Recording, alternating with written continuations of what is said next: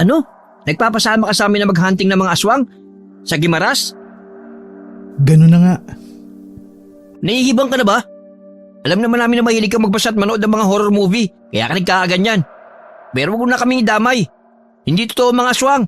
Magsasayang ka lang ng oras. Psst! Baka pwede natin pagkaperahan yan.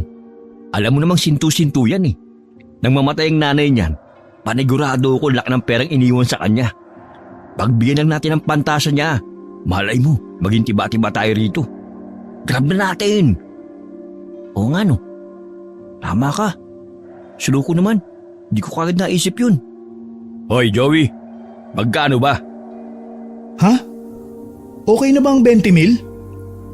Yun lang? Ang baba naman. Kung ganoon eh, wag na lang. Mag-isa ka dyan sa pangahanti ng aswang na sinasabi mo. 50 mil. Haru, tara na. Wala tayong mapapala rito. Hayaan mo na siya. Akmang paalis na ang dalawang lalaki ng pigilan nito ni Joey at humarang sa daraanan nila. Sandali lang. 100,000. Yun! Kaya naman pala eh. Sana sinabi mo kaagad. Kailan ba yan? Sa 1 linggo na. Kasi may mga aayusin pa ako bago tayo umalis. Sandali nga. Para saan ba ang pangahanting ng mga aswang? Ano to? Gagawa ka ng dokumentaryo? Idol mo ba si Ed Kaluwag o si Ate Araulio? Hindi. Gusto ko malaman ang katotohanan sa pagkamatay ni Mami. Sa tingin ko, aswang ang pumatay sa kanya. Dahil ayon sa mga nababasa ko sa internet, may isang sitio sa Gimaras kung saan siya nagbakasyon na marami daw aswang. Ibang klase ka talaga, no? Akin na yung pera. Wala pa kasi kong hawak na pera sa ngayon. Kasi magpapaalam muna ako kay Tito. Baka kasi mapagalitan ako. Ano ba yan? Sariling pera mo naman yun. Bakit magpapaalam ko pa sa tito mo? Syempre, siya na ang tumayong magulang ko. Kaya dapat magpaalam ako sa kanya bago maglabas ng ganong kalaking halaga. Saka yun na lang kasi natira sa akin mula sa pera ni Mami. Dahil ang malaking porsyento ay napunta sa kanya. Dahil siya naman ang mamamahala sa negosyo namin. Iabot mo sa akin ang card mo. Pakisabi na rin ang password. Ano? Bakit? Di pa ako nakakapagdesisyon. Pangako, ibibigay ko to sa inyo. Ano na lang, magsasabi lang muna ako kay Tito. Nang matapos magsalita si Joey, bigla niyang naramdaman ang malakas na suntok ni Romy sa kanyang pisngi. Nawalan siya ng balanse at natumba sa sahig. Napasinghap siya at dinama ang pagtulo ng dugo mula sa kanyang ilong. Agad na umupo si Romy sa tabi niya at hinigit ang kanyang kwelyo na nagdulot ng matinding pagkagulat kay Joey. Alam mo ba, kung hindi dahil sa amin, mag-isa ka ngayon. Wala kang mga barkada. Wala magtatanggol sa'yo sa pambubuli ni na Enzo. At wala kang kasama ng mga panahon na nagdadalamhati ka sa pagkamatay ng mami mo. Alam mo kasi, kung wala kami, wala makikipagkaibigan sa'yo. Sinong gusto sumama sa isang tao mahina na nga ang utak, lampa pa, at may pagkakulang-kulang? Isipin mo nga, paano ka na kung wala kami? Saglit, ibibigay ko na. Yan! Good boy! Anong password? Monteroso 13. Yung apelyido ng pamilya namin tapos petsa ng aking birthday. Magaling! Ibibigay mo din naman pala eh. Ang dami pang sinasabi. Kukunin na namin ang laman nito ha. Pagkatapos, magkita tayo sa 1 linggo para makapaghanti na tayo ng mga aswang. Tayo na Haru. May pangtoma na tayo mamaya. Ginulo ni Romy ang buhok ni Joey bago siya nilampasan kasunod si Haru. Wala nang nagawa si Joey kundi ang magtiis sa pagtrato ng dalawa sa kanya dahil mas importante para sa kanya ang malaman ng katotohanan tungkol sa pagkamatay ng kanyang ina. Gusto niyang makamit ang hustisya para sa nangyari. Masyado kasing biglaan ang pangyayari. Nagbabakasyon lamang ang kanyang ina at bigla na lamang itong natagpo ang patay na may sugat sa tiyana at malaking hiwa sa leeg. Sa tingin ni Joey, Sina Romy at Haru na lamang ang pwedeng malapitan. Hindi niya kayang harapin ang sitwasyon ng mag-isa. Wala kasi siyang ibang kaibigan kundi ang dalawang ito. Mula pa noong elementarya, wala nang ibang gustong makipagkaibigan sa kanya dahil sa kanyang mga kahinaan. Kaya kahit alam niyang pineperahan lamang siya ng mga ito, sumasama pa rin siya sa kanila upang hindi maramdaman ang lungkot ng kanyang pag-iisa na pinagdaraanan sa mahabang panahon. Kinagabihan, habang naghahanap siya sa internet ng impormasyon tungkol sa mga pangontra laban sa aswang, biglang pumasok si RJ sa kanyang kwarto na parang nagmamadali. Tito, ano po yun? Nasaan ang card mo? Bakit po, Tito? Nakatago po. Nakatago? Bakit hindi mo ilabas? Gusto ko makita. Bakit po ba gusto niyong makita, Tito? Siguro kaya hindi mo mailabas dahil wala sa yung card mo. Tito, ang totoo po kasi niyan. Pinagamit mo na naman kina Haru at Romy yung card mo, no? Ganun nga po, Tito. Magpapaliwanag po ako. Ay, may dahilan po ako kung bakit ko ibinigay sa kanila ang card. Joey, hindi ba sabi ng mami mo, layuan mo ng mga taong yun dahil ginagamit ka lamang nila? Yang pera na ibinigay sa'yo ng mami mo, kung saan lang nila gagamitin yun? Sa mga bisyo at pagsusugal nila. Alam mo naman na hindi tunay na kaibigan ang turing nila sa'yo. Kaya dapat, hindi ka na sumasama sa kanila. Tito, gusto ko lang naman magpasama sa kanila. Dahil aalamin ko kung ano ang totoong nangyari sa pagkamatay ni Mami. Sa tingin ko, hindi lang siya basta nahulog sa bangin. At napatusokan siya sa matalim na sanga ng puno. Baka pinatay siya at hindi lang basta tao ang pumatay sa kanya, kundi mga aswang. Nabasa ko kasi sa internet na sa lugar kung saan kayo nagbakasyon, marami daw aswang. At binibiktima nila ang mga dayong katulad ninyo. Joey, itigil mo na yung ilusyon mo. Masyado ka na kasing invested sa pagbabasa at panonood ng mga katatakutan. Pinag-aralan ng medical legal ang katawan ng mami mo. At ang lumabas sa autopsy, aksidente nangyari sa kanya. Walang kakaibang sign o bakas na nagpapatunay na may kakaibang nilalang na nanakit sa kanya. Hindi totoo ang mga aswang na yan, kaya malabo ang iniisip mo. Pero Tito, sigurado po ako. Paano po kung totoo yung hinala ko at pinatay nga ng mga aswang si Mami?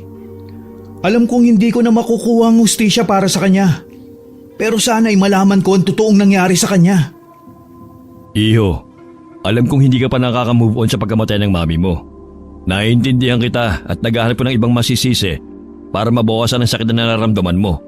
Pero kailangan mo magpakatatag. Kailangan mong lumaban. Ayaw ng mami mo na nakikitang nagkakaganyan ka. Hindi siya matutuwa sigurado. Sa ngayon mag-focus ka na lang sa pag-aaral mo at lumayo ka sa mga tambay na yun. Bawiin mo na rin sa kanilang card mo. Opo, Tito. Susundin ko po ang mga sinabi ninyo. Tandaan mo rin to, Joey, na ako lamang ang pwede makinabang sa pera niyo ng mami mo. Dahil ako ang kanyang asawa at ako rin ang nakatuwang niya sa pagpapalaki sa'yo. Napakurap si Joey sa sinabi ng Tito RJ niya. Sa isip niya, wala itong pinagkaiba kay Romy. Simula nang mamatay ang mami niya, parang nasilaw ito sa yaman ng kanilang pamilya na naiwan sa pangangalaga nito. Napansin ni Joey ang mga pagbabago sa ugali ni RJ. At sa kabila ng lahat ng ito, pakiramdam niya ay wala siyang kontrol sa mga nangyayari. Alam niyang mahina siya at tila wala siyang laban sa sitwasyon. Samantala, naisipan niyang tawagan si Romy. Agad naman itong sumagot sa tawag niya. Ano? Boss Joey, napatawag ka. Hindi ko na pala itutuloy yung panghahunting ng mga aswang kasi hindi ako pinayagan ni Tito. Ano? Hindi ba gusto mo pang malaman kung aswang ang pumatay dyan sa mami mo? Sayang naman yung mala horror movie na trip mo sa buhay. Pasensya na kung nagbago ako ng isip. Hindi ko kasi pwedeng suwayin si Tito. Baka pwedeng ibalik nyo na lang yung pera sa akin. Hinahanap din kasi niya. Joey, yung 100,000 mo, isang gabi lang sa amin yung. Ubus lang naman ang card mo. Kung tutusin nga kulang pa yun Ilang beses lang kasi namin napakinabangan. Kaya kung aatras ka sa panghahati ng aswang na pinaplano mo, di ikaw din ang lugi. Hindi ka naman namin pipilitin kung ayaw mo na Pero yung pera, hindi mo na mababawi sa amin. Okay, sige. Ituloy na natin ang paghahunting ng mga aswang. Gagawan ko na lang ng paraan para makalusot to kay Tito. Good! Hola, sige na. End mo na itong tawag. May mga babae kaming parating. I-entertain pa namin. Sayang din to. Agad na pinatay ni Joey ang tawag ni Romy at napabuntong hininga siya ng malalim. Nanghihinayang siya sa perang nawala, pero determinado siyang ituloy ang plano niya. Kailangan niyang makatakas kay RJ. Makalipas ang 1 linggo, handa na si Joey. Nakumpleto na niya ang mga kailangan, pati na ang mga pangontra sa aswang na pinag-aralan niya sa internet. Nagawa niyang makatakas ng hindi napapansin ni RJ. Nagkita-kita sila ni Haru at Romy sa isang tambakan. Ang van ng kanyang ina ang gagamitin nila at namangha ang dalawa sa kagandahan at gara ng sasakyan. Aba! Ayos sa mga pakulo mo, Joey. Ang gara ng sasakyan natin ngayon. Ang mahal niyan Saka imported yan Iba ka talaga, Joey. Tayo na. Sumakay na tayo para masubukan natin ang mamahaling van na ito. Saglit. May mga ipapakita lang ako sa inyo. Ang mga itong gagamitin natin na pangontra sa mga aswang. Ano namang trip yan? Joey, ano ba yung papakita mo? Ito yung mga pangontra sa aswang na nakita ko sa internet. Meron tayo ditong maraming bawang, asin, ilang bote ng langis ng lana, sa karosaryo. Tigisa tayo dito. May nabili din ako sa simbahan na anting-anting na sinasabi nila na mag-iingat sa atin habang nasa biyahe. Ano ba yan? Ang kukuri talaga ng mga trip mo. Para kang matandang albularyo na uugod-ugod. Tapos puro palpak naman ang panggagamot. Palibasa, nag-iimbento lang naman. O na nga lang, ikaw na magbitbit na mga yan. Gusto namin mag-relax sa maganda mong sasakyan. Nauna nang sumakay sina Haru at Romy sa van. Naiwan si Joey sa labas at nagpumilit bitbitin ang mabibigat niyang gamit. Halos umapaw na ang eco bag sa dami ng dala niya. Hoy, Haru! Dito sa side na ito. Kunan mo ako ng picture. Yan! Sige pre! Angasan mo pa ang pose mo. 1, 2, 3, yun! Pwede na! Tingin nga! Aba ayos Ganda kasi ng lugar dito Hoy Joey, mahingi nga ako ng mga 5K, pang toma namin. Masarap mag-inom dito sa may dalampasigan no? Di ba mga hunting tayo ng mga aswang? Yun ang dahilan ng pagpunta natin dito. Saka na yun. I-enjoy muna natin tong lugar. Sayang Pero hindi tayo dapat magsayang ng oras. Hoy, Haru, di ba ang ganda ng resto bar doon? Subukan din natin doon Oo nga, balita ko. Masarap daw ang sisig doon At pati mga babae. Ayos. Hindi na rin tayo lugi sa pagpunta rito. Napabuntong hininga siya bago sumakay sa driver's seat at siya ang magbamaneho. Matapos ang mahigit 6 na oras na biyahe, nakarating na sila sa Guimaras, sa eksaktong lugar kung saan nagbakasyon ang kanyang ina. Balak ni Joey na halughugin ang lugar na yon, lalo na ang tinuluyan ng kanyang mami bago naganap ang umano'y aksidente. Gayunpaman, tila wala namang pakialam ang kanyang mga kasama sa kanya. Abala pa rin ang mga ito sa kasiyahan dahil sa ganda ng kanilang paligid. Malapit ito sa bundok at dagat at dinadayo rin ng mga turista ang lugar. Napabuntong hininga si Joey dahil sa inasal ang mga kasama niya. Parang siya lamang ang maghahanap ng mga aswang at hindi siya tutulungan ng mga ito. Naiirita na siya, kaya naisipan niya maglakad-lakad mag-isa at humiwalay muna sa kanila. Habang naglalakad, nagsimula na mag-iba ang pakiramdam niya sa lugar. May kutob siyang hindi maganda rito. Napansin niya na kakaiba ang mga taong nakakasalubong niya. Baliktad ang refleksyon ng kanilang mga mata. Kakaiba ang aura ng mga mukha. At tila walang ekspresyon ng mga ito. Nawiwirduhan siya, kaya hindi niya maiwasan na magtaka. Hindi niya namalayan na nabangga niya ang isang dalaga na humahango sa paglalakad. Nalaglag ang mga dala nitong dahon ng kamangyana. Tinulungan niyang maibalik ang mga ito sa lalagyan at nagdaka siya sa mga laman ng dala-dala ng dalaga.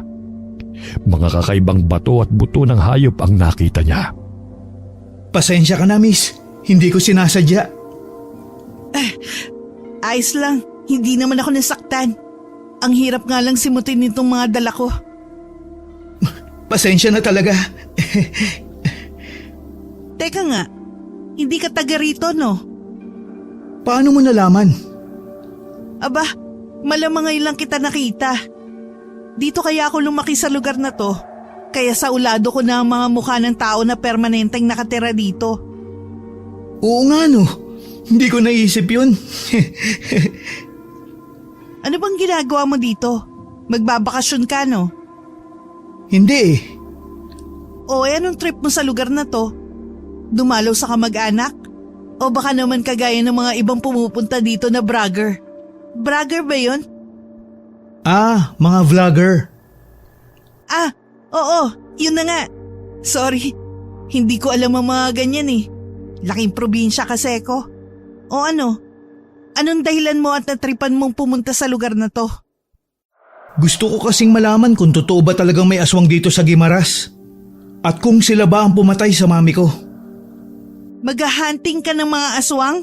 Wala ka bang kasama? Aba, lakas trip mo ah. May mga kasama ako. Pero mukhang hindi sila interesado sa gusto kong gawin. Mas inuna pa nila magsaya kaysa umpisa na namin ang paghahanap sa mga aswang.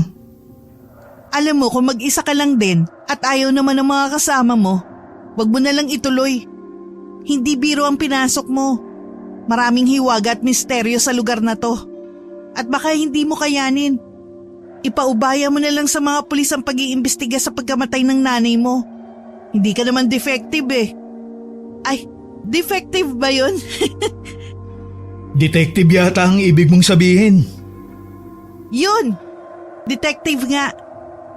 Basta, kung ako sa'yo, huwag ka nang tumuloy kasi wala kang laban sa mga kakalabanin mo. Sa bagay, mahirap nga kung nag-iisa ako. Siya nga pala, Mary ang pangalan ko. Sa susunod na makita mo ako alam mo na. Joey nga pala. Sige na, yung sinabi ko pag-isipan mo mabuti. Huwag basta trip-trip lang. Madaming napapahamak sa kalakasan ng trip. Paalam na, marami pa akong gagawin eh. Ngumiti lang si Joey matapos magpaalam si Mary. Nagmamadali itong umalis at naiwan siyang tulala at naguguluhan. Sinasapian na siya ng takot. Parang siya lamang ang maghahanap ng mga aswang roon na. At ayon kay Mary, baka hindi niya kayanin. Ibig sabihin, nakakatakot nga talaga ang lugar na yon. At mahirap ang pagdaraanan niya bago pa niya malaman ang katotohanan sa pagkamatay ng kanyang ina. Kinagabihan, inaasahan niyang makakatulong na sa kanya sina Romy. Pero nag-inom ang mga ito sa resto bar at lasing na lasing nang umuwi sa cottage nila. Hoy, Haru! Abot mo nga sa akin yung tissue dyan sa dulo. O ito pare, lakas ang tama ng Black Label pre. Mahina ka pala eh. Sabi mo 5 bote ang kaya mo. Tingnan mo nga sarili mo ngayon. Mahiya ka naman. 2 bote pa nga lang iniinom mo eh. Nagtatawag ka na ng uwak. Ay, bakit ba kasi kayo nagpakalasing? Di naman yan ang pinunta natin dito eh. Maghahunting tayo ng mga aswang. Bukas na yan. Bukas pa naman eh. Dapat nag-uumpisa na tayo eh. Yun lang naman ang rason kung bakit isinama ko kayo rito. Ang kulit mo. Ang ingay-ingay mo pa. Pwede bang pahulasin mo muna kami? Lasing kami oh. Kung hindi ka makapaghintay, mag-isa ka maghunting ng aswang. Saka isa pa, sinamahan ka lang namin dito. Bahala ka na sa ilusyon mong yan. Sige, matulog na kayo dyan. Lalabas lang ako. Hindi na pinilit ni Joey ang kanyang mga kasama. Lumabas siya ng cottage at naglakad-lakad. Nagmamasid sa paligid. Napansin niyang sarado na ang mga bahay at wala ng taong naglalakad sa labas. Pero 10:00 pa lamang ng gabi, ayon sa kanyang rino. Hindi kasi ganoon sa kanilang lugar. Ipinagpatuloy niya ang paglalakad at pagmamasid hanggang sa nakita niya na naman si Mary. Gulat na gulat ito nang makita siya. Hoy, hindi ba kayo nasabihan ng katiwala sa cottage nyo? Na wag na kayong lalabas sa ganitong oras? Alam ko na. Hindi ka nakikinig sa mga regulasyon, ano? Siguro nga. Hoy, bumalik ka na dun. Hindi ba sabi ko sa'yo, delikado dito? Tigas din talaga ng ulo mo ah. Eh ikaw, anong ginagawa mo rito sa labas? Ikaw lang yata ang taong gumagala dito ng ganitong oras. Parang lahat ng tao nasa loob na ng bahay nila. Hunter ako ng mga aswang. Hunter ka ng mga aswang? O bakit, angal ka? Maliit akong babae. Pero magaling ako makipaglaban. Ikaw ba? Hindi ko naman ikinukumpara ang sarili ko sa'yo. Sa tingin ko nga, mas malakas ka pa kaysa sa akin. Teka, narinig mo yun? Narinig ni Joey ang isang malakas na sigaw mula sa di kalayuan. Sigaw ito ng isang tao na para bang nasasaktan. Bigla siyang hinila ni Mary at dinala sa pinanggagalingan ng sigaw. Pagdating doon, nakita niya ang isang lalaki na puno ng sugat ang katawan. Halos lumuwa na ang mata nito. Sumusuka ito ng dugo at may malaking hiwa sa leeg. Agad na pinulusuhan ni Mary ang lalaki at bigla itong napailing. Wala na bang pulso? Patay na. Nakatirik na rin ang mata. Wala na tong pag-asa. Sino kayang may masamang loob na gumawa sa kanya niyan? Sino pa? E di ang wakwak. Wakwak? Isang uri ng aswang na nagiging ibon sa gabi at lumilipad tapos dinadagit niya ang kanyang mga bibiktimahin. Ngayon ko lang nalaman na may ganun palang klase ng nilalang. Baka ito na ang pumatay kay Mami. Joey, umalis na tayo dito. Parating na sila. Ganun ba? Sige. Narinig ni Joey ang malakas na pagpagaspas ng pakpak na tila palapit ng palapit sa kinaroroonan nila ni Mary. Agad siyang hinila ng kasama niya. Nang lumingon siya, nakita niya ang isang napakalaking itim na ibon na may malaking bunganga. Ang mga pakpak nito ay marahasang pagpagaspas. Nagliliwanag din ang dalawang mga mata nito at parang nagliliyab na apoy. Ang bibig nito ay nakanganga at puno ng matutulis ng ngipin. Ito ay naglalabas ng isang amoy na parang nabubulok na laman. Payat at hubog puno ang katawan na natatakpan ng mga itim na balahibo na mukhang magaspanga. Kung hindi sila nakatakbo ng mabilis, tiyak na dadagitin sila nito. Nang makakita si Mary ng malaking puno, itinulak siya nito sa likod at pinagtago. Uy Mary, hindi ka ba magtatago? Bakit ka lumalabas ng puno? Hindi ba sabi ko sa'yo, hunter ako ng mga aswang. Lalabanan ko yung wakwak dahil sigurado kung hindi niya tayo tatantanan. Sigurado ka bang kaya mong makipaglaban sa aswang? Oo naman. Tinawag pa akong hunter ng aswang kung hindi. Hindi ba? Tumango na lang si Joey sa sinabi ni Mary. Paglabas niya mula sa likod ng puno, may kinuha itong lambat at dali-daling inihagi sa aswang na agad na nagpumiglas ng tumamang bagay na yon sa katawan nito. Sinaraduhan naman ito ng huli para matiyak na hindi makalabas ang nilalang. Sa kabila ng lahat ng ito, mas malakas ang wakwak. Ang mga kuko nito ay biglang nagdingning at gumawa ng isang mapulang liwanag. Pagkuway sinimulan nitong sunugin ng lambat.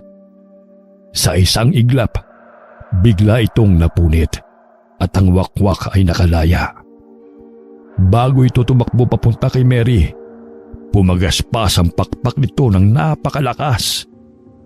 At ito ay nakaipo ng isang hangin na naging isang maliit na ipo-ipo. Yun ay nagsimulang umikot sa paligid ni Mary. At ang lakas nito ay nagsimulang hilahin ng babae patungo sa aswang. Sinubukan itong labanan ng hangin, pero masyado itong malakas. Kaya natumba na lamang siya sa lupa. Nakita ni Joey na akmang dadakmay na ng wakwak ang dalaga gamit ang mahaba nitong kuko. Kaya tumayo si Joey at kubuhan ng kahoy para tulungan siya. Pero mas alisto si Mary. Hinugot niya ang isang tila espadang buto ng hayop at inihampas sa aswang. Tumama ito sa ulo, kaya napahiyaw ang wakwak sa sakit at napatras. Hinampas pa ito ni Mary ng ilang beses sa ulo, sikmura, saka sa tadyang. Hindi naman ito makapanlaban dahil nakukuryente ito sa bawat tama ng espada. Kusa na lamang ng hina ang katawan ng nilalang at bumagsak sa lupa. Pero hindi pa nakontento si Mary. May kinuha siyang bote mula sa dala niyang bag at ang laman nito ay pulbura. Ang pulbos na ito ay gawa sa mga dinikdik na bawang at asin. Ibinukan niya ang malaking bibig ng aswang at inilagay ang pulbura roon. Umalingaw-ngaw ang malakas na palahaw at nakita ni Joey na nangisa ito at unti-unti nang nasunog hanggang maging abo. Pumunta si Mary sa kinaroroonan ni Joey. Hinila siya nito at sabay silang tumakbo palayo sa lugar na yon. Tumigil sila sa tabi ng dalampasigan at naupo sa buhangin dahil sa sobrang pagod. Ang galing mo! Sana may mga pangontra din ako na katulad ng ginamit mo kanina para mapatay ko yung wakwak. Nahirapan nga ako eh. Alam mo kasi, ang mga wakwak, may kakayahan silang manipulahin ng mga element, kagaya ng hangin at apoy. Nakita ko nga kanina ang ginawa niya. Ang mabuti pa umalis na tayo dito. Ikaw bumalik ka na sa cottage mo tapos ako, uuwi na sa amin. Teka, saglit lang. Gusto kong sumama sa'yo sa panghahunting ng mga aswang. Gusto kong malaman kung sino ba talaga ang pumatay sa mami ko. Kung ganun isasama kita pero sa isang kondisyon. Anong kondisyon? Tulungan mo ko maghanap sa nawawalang bato ng kidlat. Yun kasi ang pinaniniwala ang lulupig sa mga wakwak. Bato ng kidlat? Ano yun? Doon ang gagaling ang lakas ng mga wakwak. Isa yung uri ng bato na humigop sa isang malakas na kidlat sa pamamagitan ng orasyon ng mga aswang. Sinasabi nila na napakalakas nun at kapag inilagay yun sa poste na nasa pusod ng gubat, magwawakas na ang lahi ng mga wakwak dahil mawawala na ang kapangyarihan nun kapag nasa taas. Sige, tutulungan kitang hanapin ang bato ng kidlat. Basta tulungan mo rin akong tuklasin ang katotohanan sa pagkamatay ng mami ko. Inabot ni Mary ang kanyang kamay kay Joey at agad naman siyang nakipagkamay bilang tanda ng kanilang kasunduan. Natuwa siya sa mga oras na yon dahil kahit hindi maaasahan sina Haru at Robbie, nakakilala siya ng bagong tao na makakasama niya sa kanyang plano. Pakiramdam niya ay swerte siya dahil si Mary ay may kaalaman tungkol sa mga aswang at isang hunter na sanay sa pakikipaglaban. Nagpalipas sila ng gabi sa pagkukwentuhan habang nakaupo sa dalampasigan. Habang nagkukwentuhan, hindi nila namalayan na nakatulog na pala sila. Nakasandal sa punong malapit sa kanilang kinauupuan. Kinabukasan, nakiusap si Joey kay Mary na ipapakilala niya ito kina Romy at Haru. Pumayag si Mary at sumama siya kay Joey patungo sa cottage na kanilang tinutuluyan. Habang naglalakad, ikinuwento ni Joey kay Mary ang kanilang pagkakaibigan at kung paano niya napapayag sina Romy at Haru na sumama sa kanya sa pangangaso ng mga aswang. Naiintindihan na ng dalaga kung bakit mag-isa lamang siya sa misyon na yon. Matapos ang mga ilang minutong paglalakad, ay nakarating na rin sila sa cottage. Nakasara ang pinto nito kaya kumatok si Joey. Nang bumukas ang pinto, bumungad ang mga mukha nila Haru at Romy. Mukhang bagong gising pa ang mga ito at parang wala pa sa wisyo. Oh, ano Joey? Bakit ngayon ka lang umuwi? Nakarami ka na ba ng nahunting na aswang? Uy, wow! May chicks na kasama! Hindi naman pala aswang gusto mahunting kundi babae. Sino ba yung kasama mo? Si Mary. Hunter siya ng mga aswang. Hunter ng mga aswang? Yang malit na babae na yan? Sus! Hoy, Mary. Bakit mo naman pinatulan tong kaibigan namin sa kahibangan niya? Hindi katulad si Mary nang iniisip nyo. Balahura naman pala ang ugali nitong mga barkada ni Joey. Ang papangit naman. Hoy, babae! Ano sinasabi mo? Bumubulong-bulong ka pa dyan ha? Wala! Sabi ko nagugutom na ako. Hindi niyo ba ako pakakainin pagkatapos kong iligtas at samahan tong kaibigan niyo kagabi? Matigas kang babae ka ha? Bakit mo kami inuutusan? Sino ka ba? Nakita ni Joey na pinandisikan lang ng mata ni Mary si Romy. Bahagya siyang napatawa dahil tila ba nakahanap ng katapat ang lalaking ito. Pagkatapos may kinuhang kwintas si Mary mula sa bulsa ng kanyang pantalon at itinutok ito sa mukha ni Haru. Hoy! Lalaking mataba na maitim at mukhang maasim. Sundin mo ang sasabihin ko. Ipagtimpla mo ako ng kape. Magprito ka ng itlog at ipalaman mo sa tinapay. Masusunod po. Hoy! Anong ginawa mo sa kaibigan ko? Paano mo siya napasunod? Tama si Joey. Hindi ako pangkaraniwang babae. Nakita ni Joey na naguguluhan ng mukha ni Romy at hindi maintindihan na parang batang paslit na sumunod si Haru kay Mary. Natutuwa si Joey dahil sa wakas ay may kakampi na siya. Ginawa naman ni Haru ang ipinag-uutos ni Mary. Pagkagaling nito sa kusina, dala na nito ang kape at tinapay na may palamang itlog. Agad naman itong sinunggaba ng dalaga at kinain na parang gutom na gutom. Habang kumakain, ikinukwento niya ang mga nangyari sa lugar na yon. Kalokohan! Bagay nga kayo magsama ni Joey dahil ang lawak ng imagination nyo. Magtanong ka sa lahat ng tao sa lugar na to. At lahat sila, alam ang sinasabi ko. Sa totoo lang ayoko maging hunter ng mga aswang. Pero pinatay kasi ng wakwak ang tatay ko. At gusto kong lipulin silang lahat. Masyado na rin silang naghahasik ng lagim sa lugar na to. Dahil marami na silang napapatay. Anong napapala mo sa pagiging hunter? Naubos mo ba ang lahat ang sinasabi mong aswang sa lugar na ito? Siyempre hindi. Marami kasi sila At sa araw, nagkakatawang tao sila at hindi mo sila makikilala. Namumuhay sila ng normal. At nakakasalumuha nating mga tao. Mahirap silang ubusin dahil hindi natin alam kung sino sa mga taong nasa paligid lang natin ang totoong mga aswang. Napagkakakita mo ba yung pagiging hunter mo? Siyempre hindi. Paano ko kikita ng pera dito? Wala namang nagpapasweldo sa akin. Di itigil mo na yung kahibangan mo. Wala ka naman palang napapala dyan Pambirang buhay ito. Tara na, Haru. Ito si Joey. Nagsama ng tao. Wala namang kwenta. Inakbayan pa ni Romy si Haru sa kapango silang umalis at lumabas ng silid.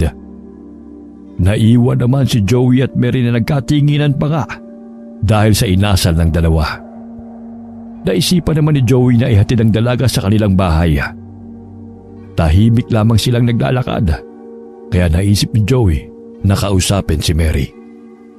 Parehas pala tayo. Naulila na sa mga magulang, ano? Oo nga pero mas mahirap yung sitwasyon mo. Dahil hindi mo alam kung ano ba talaga nangyari sa totoong pagkamatay ng nanay mo. Teka, hindi ba yun naimbestigahan ng maayos ng mga pulis?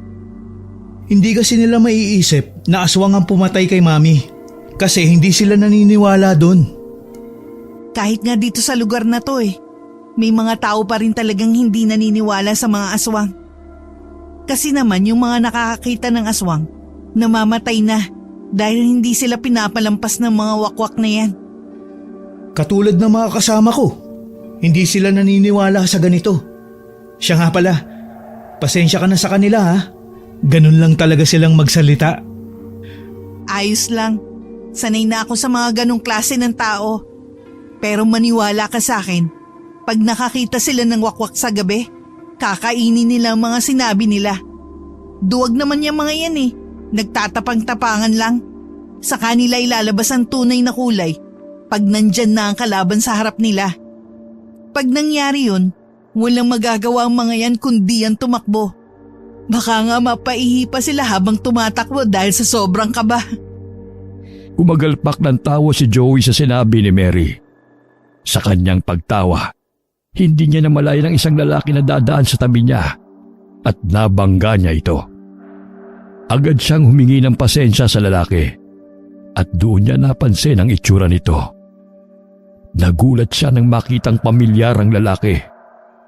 Sa isip niya, ito ang lalaking pinatay ng wakwak noong nakaraang gabi.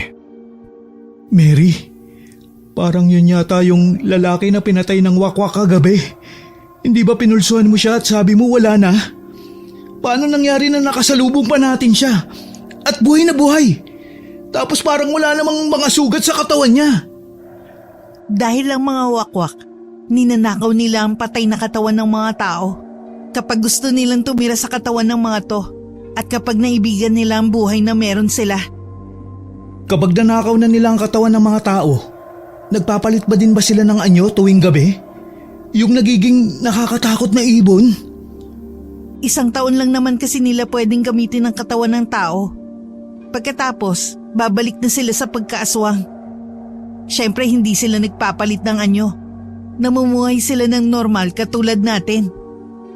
Ano bang senyales na ang katawan ng tao ay ginagamit ng aswang? Kapag baliktad ang refleksyon sa kanilang mata at walang ekspresyon ng muka. Natatandaan ko na. Ibig sabihin yung mga taong nakakasalubong ko kahapon sa dalampasigan, hindi sila mga tao? Pero teka, anong kaibahan nila sa mga totoong aswang? Sabi ko nga kanina, mahirap malaman kung ang nakakasalamuhan natin sa lugar na to, tao o aswang. Dahil yung mga totoong aswang na nagpapalit ng anyo sa gabi, katulad din ng mga tao ang pisikal na itsura nila at walang kakaiba. Pero may palatandaan ako para malaman kung ang kaharap ko ay aswang. Kapag may amoy sila na parang nabubulok na karne. Ganun pala yun. Lahat ba ng napapatay na tao ay ginagamit nila ang katawan? Merong hindi, katulad ng mami mo. Kasi marahil may nakakita agad sa bangkay niya, kaya hindi nagalaw ng aswang. Tuwing 3:00 lang kasi na madaling araw nagaganap ang ritual para magamit ang katawan ng tao. Yung mga taong ginamit ng aswang ang katawan, magugulat na lang ang mga taong nasa paligid nila dahil may nagbago sa ugali nila o sa ekspresyon ng mukha. Oo, ganun na nga yun. Alam ko na. Simula ngayon, oobserbahan ko ang galaw at kilos ng mga tao dito para malaman ko kung sino ang aking kalaban. Tama yan. Siya nga pala, dito na ang bahay ko ha. Mag-iingat ka sa pagbalik sa cottage nyo. Sige, salamat sa paalala. Nakangiti si Joey nang magpaalam kay Mary. Sa kanyang isip, alam na niya kung saan patungo ang kanyang misyon. Naglakad siya sa mga matataong lugar. Maingat na inoobserbahan ng bawat taong nakakasalamuha niya. Habang tumitingin siya sa paligid, unti-unti niyang napapatunayan ang sinabi ni Mary. Hindi lahat ng tao sa lugar na ito ay tunay na tao. May mga nilalang na nagpapanggap sa anyo ng tao. Sa mga nadidiskubre niya, lalo siyang nakukumbinsi na ang kanyang ina ay pinatay nga ng isang aswang. 11:00 na ng gabi, pero abala pa rin si Joey sa paghahanap ng impormasyon sa internet. Gusto niyang bumuo ng plano para malaman kung totoong aswang ang pumatay sa kanyang ina. At gusto rin niyang malaman kung paano malulupig ang mga ito. Nasa kalagitnaan siya ng kanyang pag-iisip nang biglang lumapit si Romy sa kanya. Pahinging 2K. Para saan? Maghahunting kami sa kakahuyan. Mag-iinom kami pagkatapos. Oh, saglit. Ito na oh. Yan! Good boy! Sige alis na kami. Sige. Haru, tayo na! Alis na tayo! Dalhin mo na yung mga gagamitin natin. Nakalabas na ng cottage si Romy at Haru. Biglang naisip ni Joey na delikado ang gagawin ng dalawa. Dahil sa kakahuyan na yun, nakita niya ang lalaking pinatay ng aswang. Mabilis siyang tumayo at sinundan ng dalawa. Pero huli na siya. Wala na sina Romy at Haru. Naglakad-lakad si Joey at luminga-linga sa paligid. Hinahanap ang dalawa. Sa kanyang paghahanap, nakita niya si Mary. Oh, tamang-tama lumabas ka na. Pupuntahan pa sana kita sa cottage niyo eh. Dahil maghahunting na tayo ng aswang. Sina Romy at Haru. Mangangaso sila sa kakahuyan. Hayaan mo na sila. Malalaki na sila. Kaya na nila ang sarili nila. Saka hindi naman maganda ang trato nila sa'yo eh. Bakit mo pa sila aalalahanin? Mary, ako ang nagsama sa kanila dito. Hindi ko sila pwedeng pabayaan. Sige, puntahan natin sila. Sabay na tumakbo sina Joey at Mary papasok sa kakahuyan. Hinahanap sina Haru at Romy. Mahirap silang makita dahil madilim at masukal ang paligid. Maya-maya, narinig nila ang malakas na pagsigaw mula sa di kalayuan. Agad na nakilala ni Joey ang boses ni Romy, kaya't mabilis silang tumakbo papunta sa pinanggagalingan ng sigaw. Nang makarating sila, nakita nila sina Haru at Romy na pawisan at hingal na hingal, tila takot na takot. Nakahinga ng maluwag si Joey dahil ligtas ang dalawa. Pero hindi niya maiwasang mapangiti nang makita ang kanilang itsura. Noon lang kasi niya nakita sila na tila mahina at nag-aalala. Oh, ano nangyari sa inyong dalawa? Bakit mga hingal na hingal kayo? May napakalaking ibon dun. Sinusundan kami. Nakakatakot yung itsura ng ibon. Hindi siya pangkaraniwan eh. Itim na itim ang kulay ng balat. Pula ang kulay ng mga mata. At may napakalaking bunganga. Sabi sa inyo eh, walang magagawa yung kayabangan nyo. Kapag nasa ganitong sitwasyon kayo, hindi nyo sila kayang labanan dahil wala naman kayong mga dalang pangontra. Oh, Haru, ano nangyari sa'yo? Bakit hawak mo ang pitan mo at itinatago mo yung isang kamay mo? Kasi... Itaas mo nga ang kamay mo. Ha? Bakit ko gagawin yun? Kinuha ni Mary ang kwintas mula sa kanyang shorts at sinimulan niyang hipnotismuhin si Haru. Sa ilalim ng kanyang impluensya, sumunod si Haru at itinaas ang kanyang kaliwang kamay. Biglang umalingasaw ang isang mabahong amoy sa paligid matapos niyang itaas ang kamay. Lahat sila'y napatakip ng ilong sa hindi ka nais-nais na amoy. Ang baho amoy tae. Haru, bakit may tayo ang kamay mo? Hoy, kupal ka. Napatay ka ba habang tumatakbo tayo? Ganun na nga. Hindi ko na kasi mapigilan eh. Nagtatay kasi si Haru. Dalandami yung nakain na seafood kanina. Bakit mo hinawakan yung tae mo ha? Pwede mo namang hayaan na lang pumatak yan sa lupa habang tumatakbo kayo. Ibinato ko doon sa ibon yung tae ko. Baka sakaling maitaboy ko siya palayo sa amin kapag nabahuan. Ang bastos naman ng ginamit mong pangontra sa aswang. Tae talaga? Bakit? Effective naman di ba? Tignan mo nga. Hindi kami hinabol ng ibon dahil sa ginawa ko. At nakarating kami dito ng ligtas. Oo na.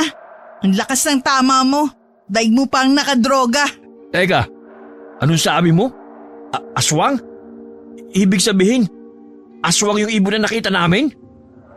Hindi, wala yun. Prank lang namin yun sa inyo. Oo, aswang yun nakita nyo. Nakakita na ba kayo ng ganong klaseng ibon sa buong buhay ninyo? Di ba hindi pa? O edi naniniwala na kayo na totoo nga ang mga aswang? Grabe, totoo pala talaga ang mga aswang. Ayaw nyo pang maniwala nung una. Teka, naririnig niyo ba yun? Napakalakas ng pagpagaspas. Mukhang palapit dito sa ating kinaroroonan. Hala, oo nga. Naririnig ko din sila. At hindi lang isa kundi marami.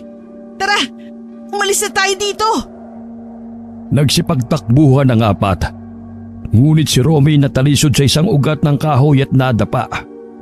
Hindi siya makatayo dahil sa sakit ng kanyang tuhod. Pinuntahan ni Joey si Romy para tulungan siyang bumangon.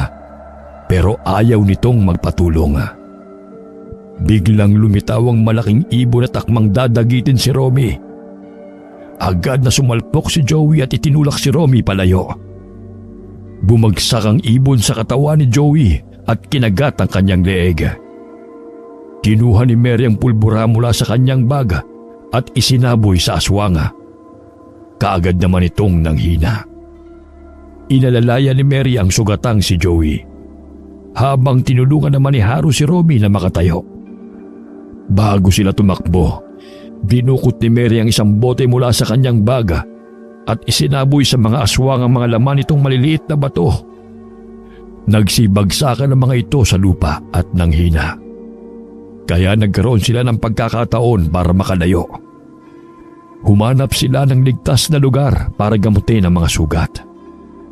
Habang ginagamot ni Mary ang leeg ni Joey, napansin niyang nakatulala lang si Romy sa kanya. Tila hindi makapaniwala na niligtas siya ni Joey mula sa ibon. Nagulat ang lahat nang biglang lumapit si Romy. Hinubad nito ang kanyang suot na kamiseta at iniabot kay Mary. Joey, huwag ka matutulog. Malaki ang sugat mo sa leeg. Baka hindi ka na magising. Inumin mo tong mapait na serpentina para manatili kang gising. Tapos papahiran ko ng kamaria at yerba buena ang sugat mo. Buti na lang nakapagdala ko ng mga to. Napakabait naman ito. Kailangan mong tiisin ang pait niyan para gumaling ka. Itatapal ko naman sa iyo ang mga pinigang halamang gamot. Guys, talasan yung pandinig nyo. Parating na sila. Hindi pa masyadong naaampat ang dugo sa sugat ni Joey. Itong damit ko, gamitin mo to para ibenda sa leeg ni Joey. Seryoso ka ba? Ano ba? Huwag ka na mag-isip ng kung ano pa. Kunin mo na lang to tapos itapal mo sa sugat niya. Wala na tayong oras, pakiusap. Sige, akin na nga yan. Hoy, hindi ako nagiging mabait sa'yo, Joey ha. Ginagawa ko na kung anong tama. Umakbay ka sa akin. Aalalayan na kita sa paglalakad. Ano? Ano? Umakbay ka na. Bilisan na natin kumilos. Itinulak ni Romy si Mary palayo at mabilis na itinayo si Joey at inalalaya na. Hindi naman makapaniwala si Joey sa ginawa nito. Agad silang tumakbo at naghanap ng ligtas na lugar para magtago. Nang makarating sila sa isang ligtas na lugar, kinuha ni Mary ang dalawang malalaking bote mula sa kanyang baga. Sa loob ng mga bote ay may mga bato na pangontra sa mga aswanga. Iniabot niya mga ito kina Joey at Romy. Ano ito, Mary? Para saan ba ang batong ito? Anong gagawin namin dito? Ang tawag dyan, bola ng kamangyan. Gawa yan sa dahon ng kamangyan. Tapos dinikdik ng pino. Nilagyan ng langis ng lana at inurasyonan. Ang aswang na matatamaan yan, nakukuryente at natutumba. Seryoso ka ba? Hindi ako nakikipagbiruan. Ito naman ang para sa'yo, Haru. Teka, ito yung kwintas na madalas mong ginagamit sa akin ah. Yan naman ang kwintas na may nakalagay na mutya ng dagat. Kung epektibo sa'yo to, mas malakas ang epekto niyan sa mga aswang. Kapag itinapat mo yan sa kanilang mata, mahihilo sila at maiistatwa. Tapos hindi na makakagalaw. Bahala ka na din kung anong teknik ang gagawin mo para malabanan mo ang mga aswang. Sige, Ito naman ang gagamitin ko. Espada ng apoy. Espada to na nagkaroon ng kapangyarihan sa pamamagitan ng orasyon sa apoy. At kapag natamaan ng katawan ng aswang, manghihina sila at mamamatay. Hinugot ni Mary ang isang malaking espada na nakasuksok sa kanyang sadawala. Nagliwanag ang espada at nagulat ang lahat. Lumabas sila sa kanilang pinagtataguan para harapin ang mga wakwak at makipaglaban. Kahit na nangihina sina Romy at Joey, sumama pa rin sila sa pakikipaglaban. Sa isang iglap, nagsidatingan ng malaking pulutong ng mga wakwak. Kumalat sa buong paligid ang nakakatakot na pinagsama-samang huni at pagaspas ng kanilang mga pakpak. Mukhang imposible silang patayin. Nanginginig ang tuhod ni Joey, pero pasimpleng tinapik ni Mary ang kanyang balikat at sumenyas na simulan na ang laban. Bawat isa sa kanila ay may kanya-kanyang gawain. Hinipnotismo ni Haru ang bawat wakwak na lalapit sa kanya. At pinapaltok naman ni Romy ng bola ng kamangyan ang bawat mapatumba nito.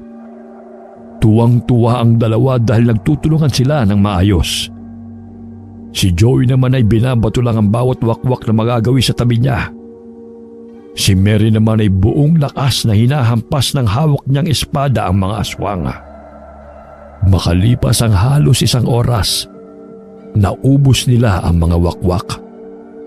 Sabay-sabay silang humiga at nagpahinga dahil sa sobrang pagod.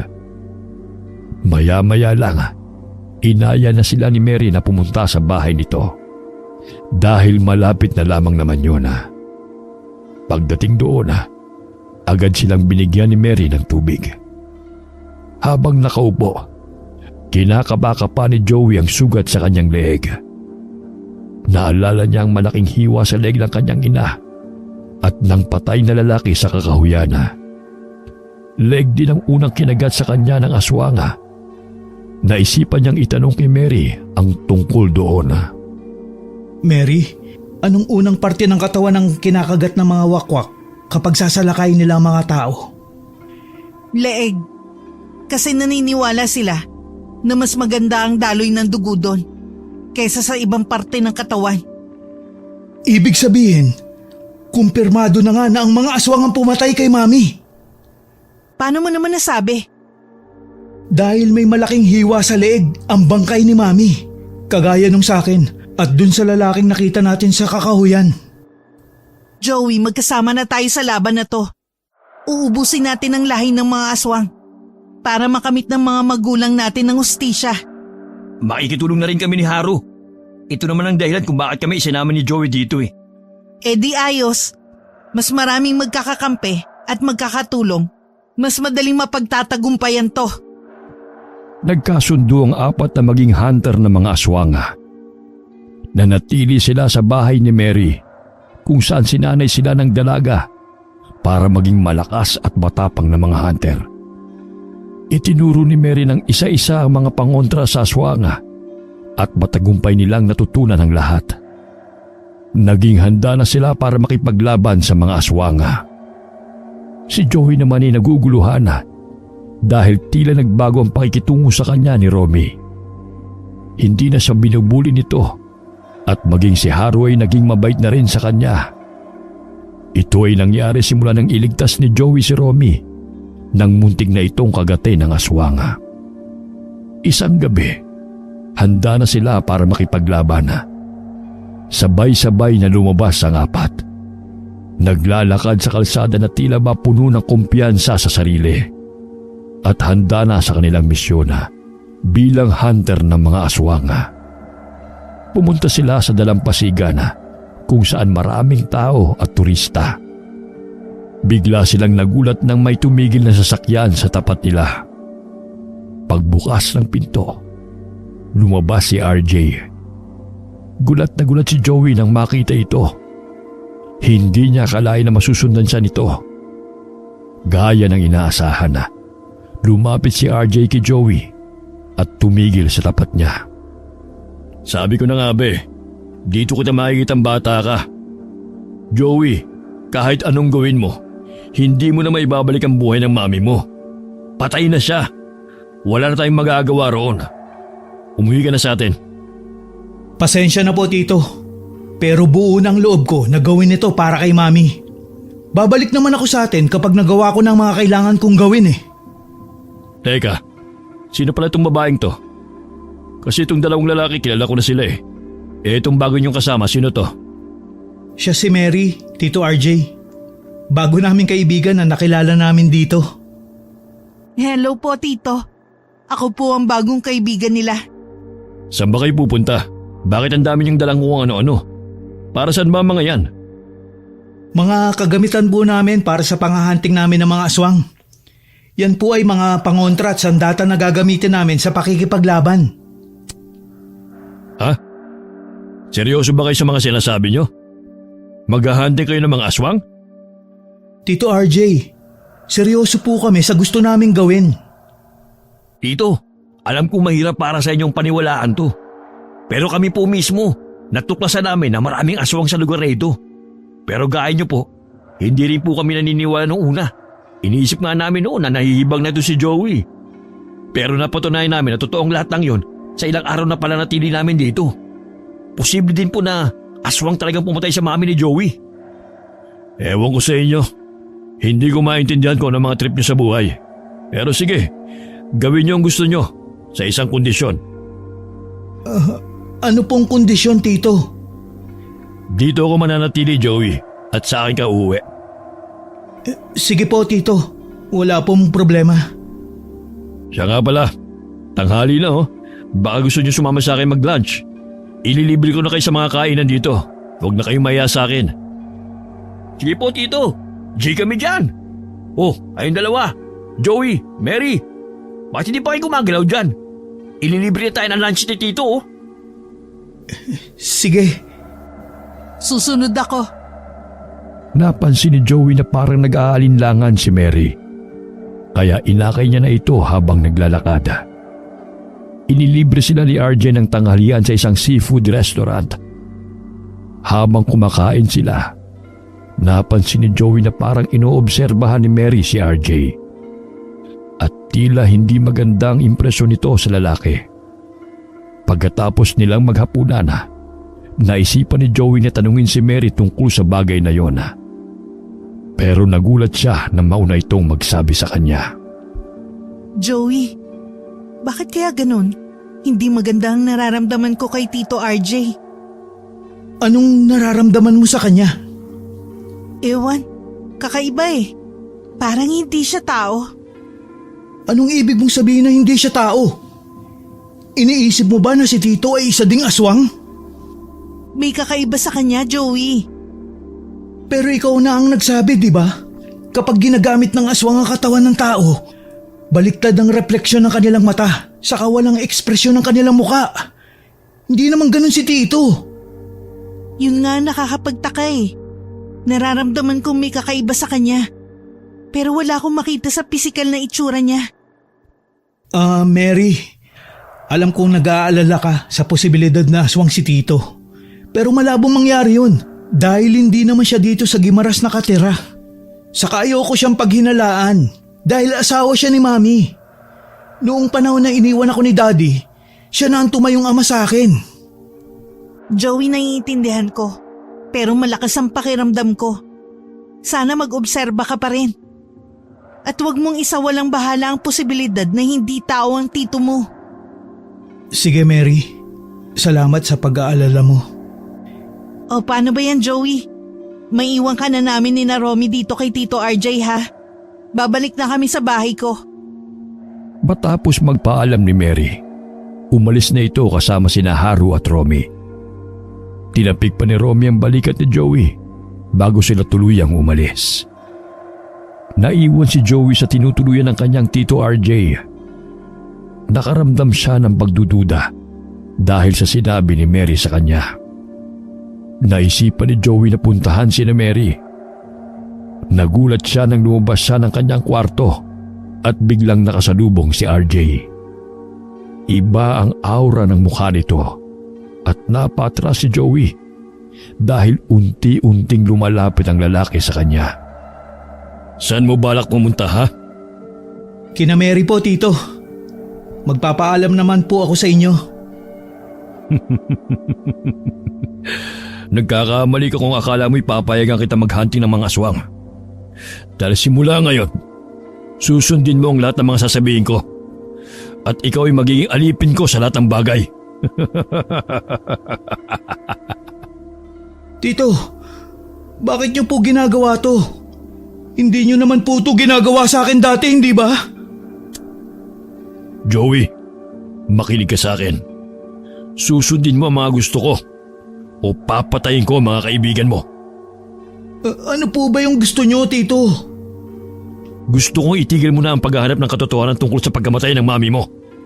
At gusto kong buksan mo ang cellphone niya para sa akin. Nakatitiyak ako na ikaw lang ang makakapagbukas nito. Tito, hindi ko pwedeng gawin yan. Alam kong patay na siya, pero ayoko pa rin gumawa ng mga bagay na pwedeng ikasakit ng damdamin niya. Saka yung cellphone ni Mami, hindi ko yan pwedeng ipagkatiwala sa iba dahil dyan nakalagay ang access sa mga pera at ari-arian niya. Kahit pa kayo na asawa niya ay hindi pwedeng malaman ang tungkol dun. Eh di alam mo na kung ano mangyayari kung ganon. Tito, wag niyo pong gawin to, please. Maawa po kayo sa akin, kay Mami, at sa mga kaibigan ko. Nagulat si Joey sa sunod na ginawa ng kanyang tito RJ. Nilak nito ang pinto at dinukot mula sa bulsa ang isang tali. Saka itinali ang kamay ni Joey. Malakas ang puwersa ni RJ, kaya kahit anong pilit ni Joey na kumalas, hindi siya makawala. Itinulak siya nito sa kama at kumuha ng isa pang tali. Iginapos ang kanyang mga paa. Hindi siya makagalaw dahil sa higpit ng pagkakatali sa kanya. Tito, wag mo pong gawin sa akin to! Maawa po kayo! Wala na akong mapamimilian. Hindi ka pwedeng lumabas sa kwarto mo. At hindi ka na maghahunting ng mga aswang. Ngayong gabing ding ito, wala ka nang magagawa. Dahil tatapusin ko na ang buhay ng mga kaibigan mo. At isusunod kita. Tito naman, pakawalan niyo na po ako dito. Gagawin ko na po ang gusto niyo. Hindi ko na po aalamin ang tungkol sa pagkamatay ni Mami. Saka bubuksan ko po ang cellphone niya para sa inyo. Huwag niyo lang po sasaktan ang mga kaibigan ko. Parang awa niyo na po. Susunod ka rin pala sa akin eh. Ayaw mo pang gawin. Ito ang cellphone ng mami mo. Buksan mo na. Ayos na po, Tito. Good. Masunuring bata. Bukas na bukas din. Magpaalam ka na sa mga kaibigan mo.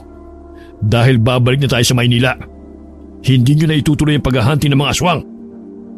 Hinalagan muna ni RJ ang mga tali sa katawan ni Joey bago ito umalis. Naiwan si Joey na balisa.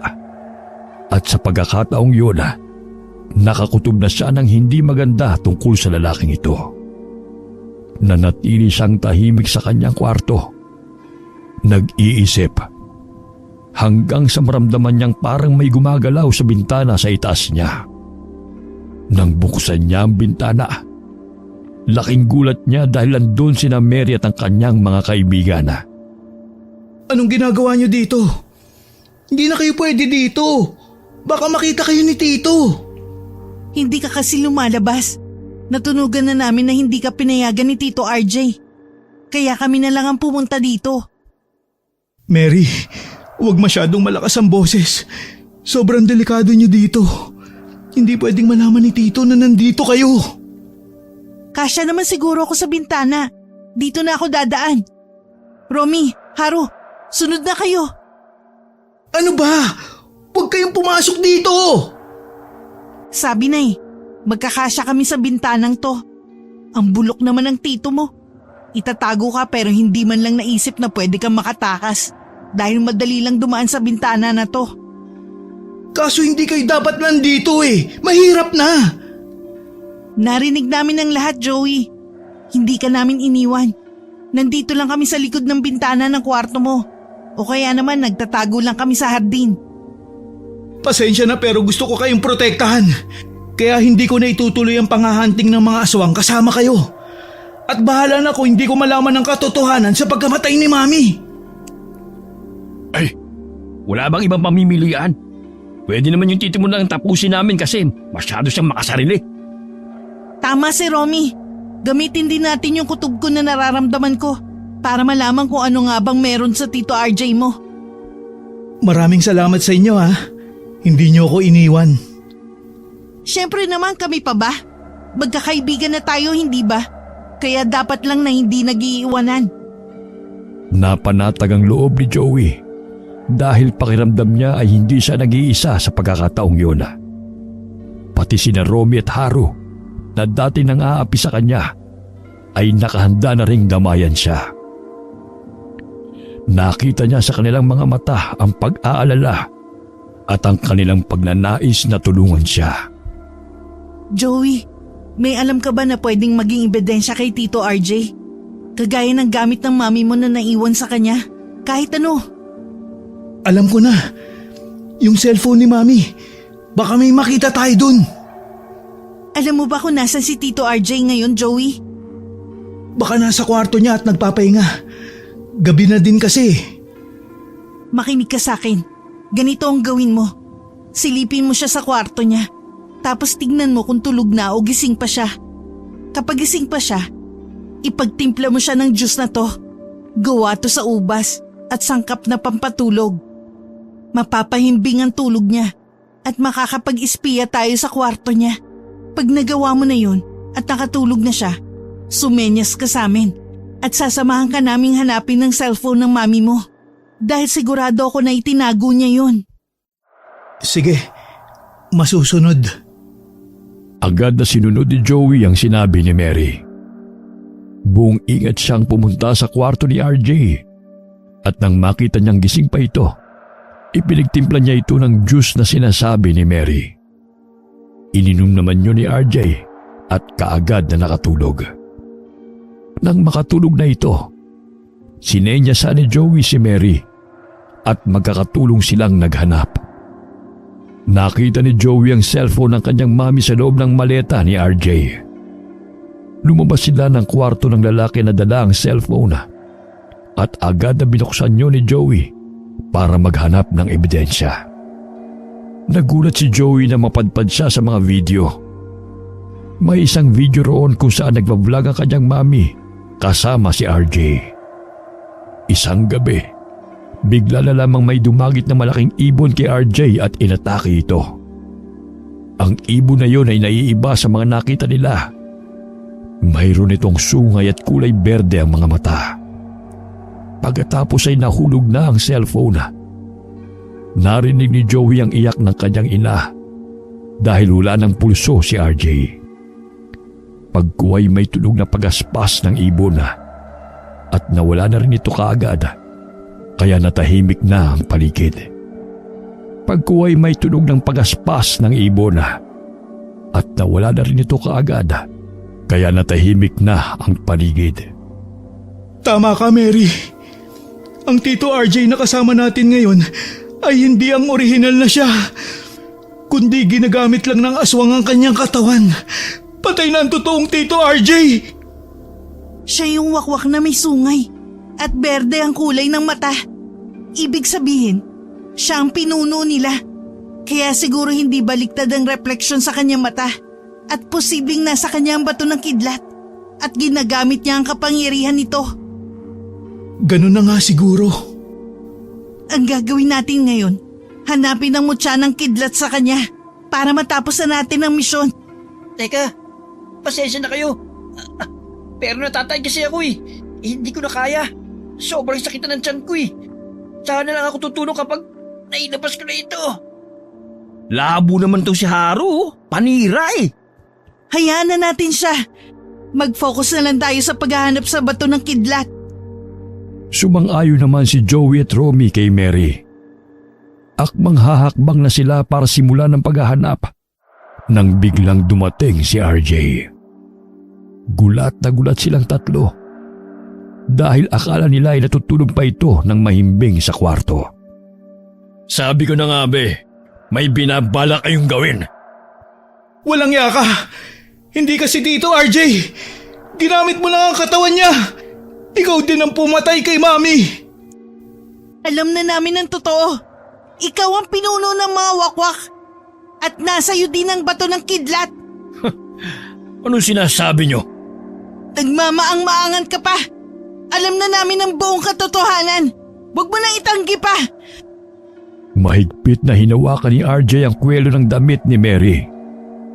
Ang mga daliri niya ay parang bakal na pumipigil sa paghinga ng dalaga. Binuhat niya ito at itinaas gamit ang malakas na puwersa. Ang mukha ng dalaga ay namumutla sa takot at ang mga mata niya ay puno ng galit. Tumingin si RJ sa mga mata ni Mary. Ang mata ng lalaki biglang nagmingning na parang dilaw na apoy. At biglang lumabas mula rito ang isang malakas na kidlat. Nahilo si Mary at ang katawan niya ay nanghina. Inihagi siya ni RJ sa sahig na parang isang manika. Mabilis na tumakbo si Joey at kinuha ang walis tambo na nakasandal sa pader. Sinubukan niyang ihampas ito kay RJ. Pero ang lalaki ay masyadong malakas. Tumilapon si Joey mula sa malayo at ang katawan niya ay sumalpok sa pader. Si Romy naman ay mabilis na kumilos. Kinuha ang bato ng kamangyan at ipinaltok ito kay RJ. Pero ang bato ay hindi tumatalab.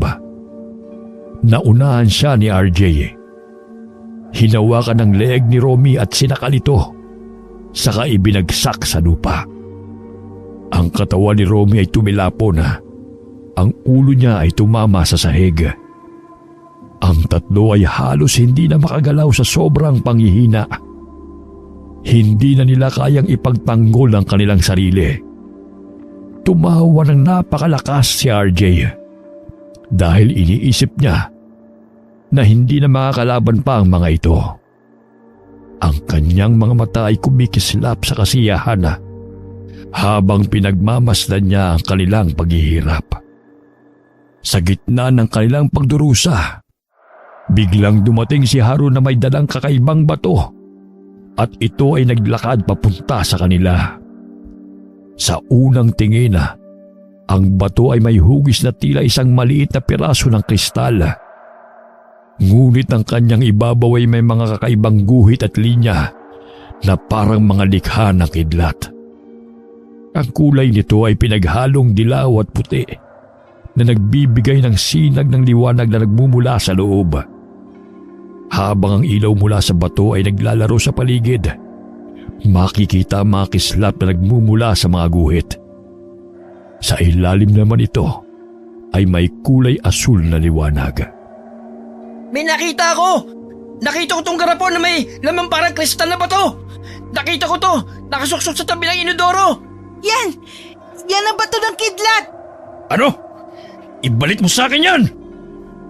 Agad na inihagis ni Haru ang garapon kay Mary na mabilis na nakakilos kaya't agad niyang nasalo.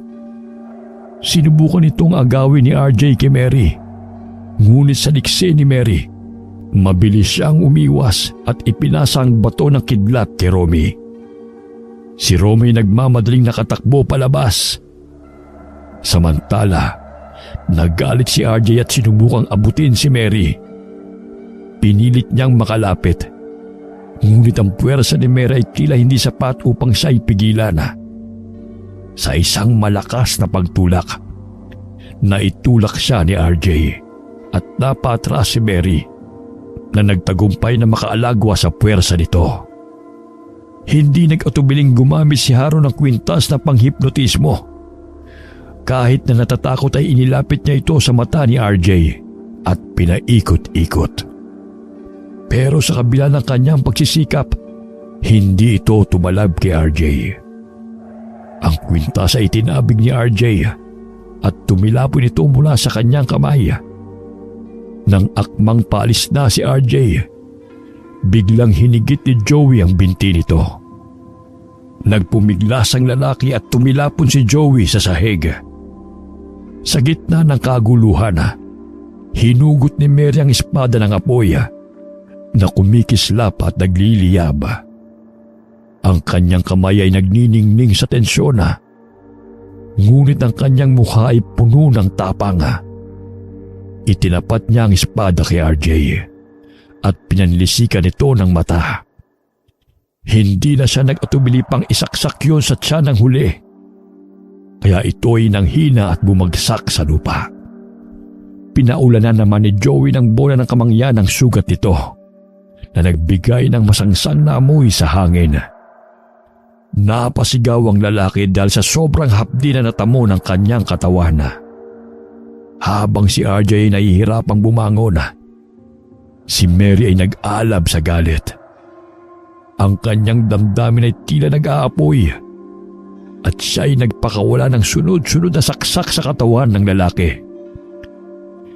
Napuno ng sugat at dugo ang katawan nito at naging pula ang kulay ng sahig na kinaroroonan nila. Si Joey ay pumikit sa kanyang nakikita. Hindi na niya kaya masikmura ang brutal na pag-atake ni Mary. Nang sa tingin niya ay patay na ang lalaki, saka pinigilan ni Joey ang kanyang kaibigan sa pananaksak rito. Mary, tama na! Kahit hindi siya si Tito RJ, katawan pa rin niya ni Tito RJ! Joey, wala na rin namang kwenta ang katawan ni Tito RJ. Dahil talagang patay na siya. Kailangan ko lang ibuhos ang galit ko sa kanya. Dahil siya ang pumatay sa tatay ko. Nasa atin na ang bato ng kidlat. Nagtagumpay na tayo. Malulupig na natin ang mga aswang. Makakamit na ng magulang natin ng hustisya. Hindi ba ito yung matagal na natin pinapangarap? Nakamit na natin ngayon. Tama ka. Sa wakas, nangyari na din ang gusto kong mangyari. Sigurado kong matutuwa si Mami habang pinapanood niya ako sa itaas. Huwag na tayo mag-aksaya ng oras. Hanapin na natin ang poste. Sumang-ayon si Mary kay Joey at nagmadali silang lumabas. Hinihintay sila ni Robbie. Hawak ang bato ng kidlat. Pumunta sila sa kakahuyan at sinalubong sila ng napakaraming mga wakwak. Naramdaman ng mga wakwak na pinatay ng mga tao ang kanilang pinuno. Magkakakonekta kasi ang puso ng mga ito, kaya't sumasakit ang napakatindi ang kanilang dibdib kapag namamatay ang kanilang pinuno. Naglakad ang grupo sa kakahuyan. Ang mga wakwak ay nakapalibot sa kanila. Nanginginig ang mga kamay ni Mary, ngunit pinilit niyang manatiling kalmado. Inihanda naman ni Joey ang sarili. Nag-isip naman ng paraan si Romy upang mapagaan ang sitwasyon. Handa nang sumugod ang mga wakwak at nagtipo ng grupo para labanan ang mga ito. Naramdaman ang tensyon sa hangin nang pumagaspas ang kanilang mga pakpak at bumuo ng isang malaking ipo-ipo. Sinikap ng apat na hindi matangay ng hangin at ibinalansi nila ang kanilang katawan. Pinagtulong-tulungan naman ng grupo na lupigin ang mga ito gamit ang iba't ibang pangontra na dala nila. Si Romy at Joey mabilis na naghanap ng tamang posisyon. Hawak ni Romy ang bola ng kamangyan na naglalabas ng masangsang na amoy. Mas malakas ang kapangyarihan nito kumpara sa dati. Pinili niyang itapon ito sa gitna ng mga wakwak. Nang tumama ang bato sa lupa, naglabas ito ng makapal na usok na nagdulot ng pagkagambala. Ang mga aswang ay nagsipag-atrasan at hindi makakita dahil sa kapal ng usok. Habang naguguluhan ng mga wakwak, inihanda ni Joey ang kanyang pangontra. Kumuha siya ng isa pang bola ng kamangyana at itinapon ito sa grupo ng wakwak na malapit sa kanya. Muling umusok at nagdulot ng mas malakas na amoy na nagpalala sa kanilang pagkagambala. Samantalang si Haru ay hindi nagpatinag. Hawak ang panghipnotismong kwintas Nag-focus siya sa mga lumalapit sa kanya na wakwak. Mas malakas na rin ang kapangyarihan nito dahil naglalabas ito ng tila isang bahagharing ilaw na nakakasilaw. Dahan-dahan niyang iniangat ang kwintas at sinimulang iikot ito sa hangin. Ang mga wakwak na malapit sa kanya ay tila nahuhumaling sa kislap at unti-unting nawala sa katinuan. Ngunit hindi niya ito nakayang gawin sa lahat. May ibang wakwak na patuloy na lumalapit at sa gitna ng kaguluhan, si Mary ay nagpasalang kumilos. Hawak ang espada ng apoy. Gumamit siya ng lakas at ipinakita ang kanyang tapang. Tumayo siya sa harap ng grupo at sa isang mabilis na galaw, itinaas ang espada. Ang apoy mula sa talim ay nagliyab at ang mga wakwak na malapit sa kanya ay nabigla sa liwanag at init. Sa isang matibay na pagkilos, pinalo ni Mary ang espada sa lupa. Naglabas ito ng malalakas na alon ng apoy na nagpagalaw sa mga wakwak. Ang mga ito ay napilitang umatras. Ang ilan ay nasunog sa init ng apoy, habang ang iba ay nag-aalangan ng lumapit. Nagpatuloy ang labanan. Ang grupo ay nagtulungan sa bawat hakbang, habang si Romy at Joey ay patuloy na nagtatapo ng bato ng kamangyan. Si Haru ay nagpatuloy sa kanyang paghihipnotismo. Si Mary naman ay nakikipaglaban. Ang kanyang espada ay nagbigay ng lakas sa kanilang grupo. Sa kabila ng takot at galit ng mga wakwak, unti-unti nilang napapansin na ang kanilang mga pagsisikap ay nagbubunga ng magandang resulta. Ang mga wakwak na umaatake sa kanila ay unti-unting naubos. Pero alam nila na marami pa ang mga ito. Hinanap nila ang poste at natuntun ito sa pusod ng gubat. Iniabot ni Mary ang bato na kidlat kay Joey at ang mga mata niya ay punong-puno ng determinasyon. Bakit mo to inaabot sa akin, Mary? Dahil ikaw ang bituin ng grupo natin. Kung hindi dahil sa'yo, hindi tayo mabubuo at hindi natin makakamit ang tagumpay natin ngayon. Pero ikaw ang nagturo sa amin. Tinuruan mo kami na maging mahusay na hunter ng mga aswang. Ikaw din ang inspirasyon ko kung bakit ako tumapang. Gawin mo to para sa hustisyang kailangan ng mami mo. Sigurado akong bibilib din siya sa katapangan mo. Sige, gagawin ko to para kay mami. Kinuha ni Joey ang bato ng kidlat mula kay Mary. Pagkatapos ay umakyat siya sa poste at inilagay ito sa taas. Pagkababa niya, tumakbo silang apat ng mabilis at nagtago. Biglang dumagundong ang malakas na kulog at kumidlat ng napakalakas. Biglang nalaglag ang mga wakwak na lumilipad at nagkalat ang mga abo nito sa paligid. Simula ng gabing yun, nagtapos ang lahi ng mga aswang sa Guimaras. Kinabukasan, nagpaalam na si Joey kay Mary dahil babalik na sila sa Maynila para ipagpatuloy ang pag-aaral. Nangako naman sila kay Mary na bibisita pa rin paminsan-minsan. Bumalik sa normal ang kanilang buhay. Sina Romy at Haru ay nagpatuloy ang magandang pakikitungo kay Joey. Si Mary naman ay bumalik sa lugar na tinitirhan ng kanyang ina at nagtuloy na din sa pag-aaral. Nakamit na nila ang hustisya sa pagkamatay ng kanilang mga magulang at wala na ring aswang na gumagambala sa Guimaras. Ang kanilang kwento ang nagpapatunay na walang bagay na imposible kung ang paiiralin ay katapangan at matibay na pagkakaibigan. Wakas.